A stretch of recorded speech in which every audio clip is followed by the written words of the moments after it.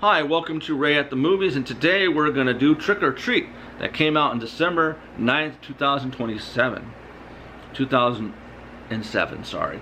This is an anthology movie, and I like it. Every segment I like. I like the last two segments the best, and I found it to be a delight. It's a fun movie. It's definitely a true Halloween movie. Why it came out in December, I don't know, because this is a Halloween movie, but came out in December. I don't even know if it got a theatrical release.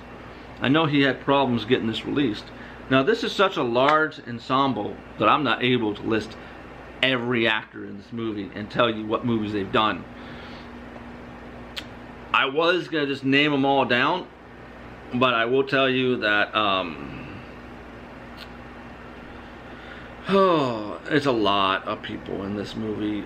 Some that you're gonna recognize and some you're not, and decide instead of you're gonna have to look that up. It's too many actors. I'm sorry, I normally do that, but it's just too much.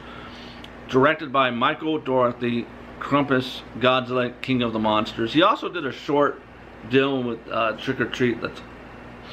I forgot the name of it. Written by Michael Dougherty, however you say his name. X2, X-Men United, Urban Legends, Bloody Mary, Superman Returns, Krampus. Music by Douglas Pipes, House Monster House, Krampus, The Babysitter, Little Paradise. Here's the story. 5 interwoven stories that occur on the same block on the same night. A couple finds what happens what happens when they blow a jack-o'-lantern out before midnight. A high school principal has a secret life as a serial killer. A college virgin might have met the right guy for her. A group of mean teens play a prank that they take too far, and a hermit is visited by a special trick-or-treater. Interweaving stories demonstrate that some traditions are best not forgotten, as residents Anna Paquin, Brian Cox, and Dylan Baker of a small town face real ghosts and goblins on Halloween. Tales of terror reveal the consequences of extinguishing a jack-o'-lantern before midnight and a grumpy hermit. That's it. The trivia is the kid with the lollipop in his mouth who peeks in on the girls in the changing rooms was when they are trying on Halloween costumes is Quinn Lord, who plays Sam throughout the rest of the movie. Most of the jack-o'-lanterns were made out of either foam or ceramic. An on-set joke was that no pumpkins were harmed during the making of this movie. The performers under the mask playing the kids on the school bus all have real disabilities or injuries, and they apparently had a blast during the shoot. Their costumes were inspired by a mix of photos from Ralph Meatyard and Diane Arbus, capturing real mentally disabled children on Halloween in their own homemade costumes.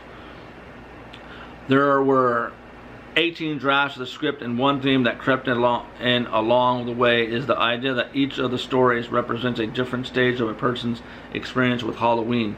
The first story with Dylan Baker and his son is about how you're introduced to the holiday. The second one with the kids is you and your friends roaming around without a parents for the first time.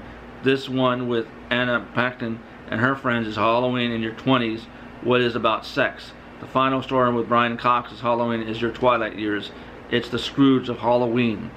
The fight scene between Sam and Kurag involved an 8-year-old stunt performer as well as an adult stunt woman. Characters from each story are frequently seen in the background of stories they are not involved with.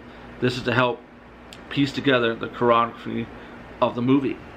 They couldn't use any recognizable candy wrappers because all of our candy in the film is either poisoned or filled with razor blades, and had to create their own instead, which was kind of fun because we came up with stuff like Big Fudge Log. Dorothy revealed Anna Paquin's character Laurie is named after Laurie Strode from Halloween. In the School Bus Massacre Revisited, a 1958 Plymouth Ford from the movie Christine can be seen, an obvious nod to the John Carpenter movie and Stephen King novel.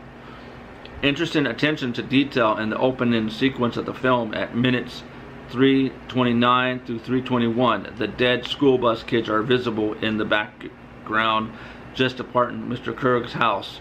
long before their exposition is presented, but exactly where their narrative would have taken place. The look of Brian Cox's character is based on Halloween and The Thing, John Carpenter. There is a voice camera from James Marsden at 59 minutes on the TV talking about the history of Halloween candy. The gumball rolling down the stairs is a nod to The Changeling, another horror film shot in Vancouver, and it turned out to be the cameraman working the sequence also filmed the ball scene in The Changeling. It was one of his first gigs in business. Michael Dougherty still figuring out Sam's origin and says that if they get around to a sequel, he'd love to show him being born in a pumpkin patch. There's a great Charlie Adams painting of a pumpkin patch, and you see hundreds of pumpkins, and you see one, and it's carving itself.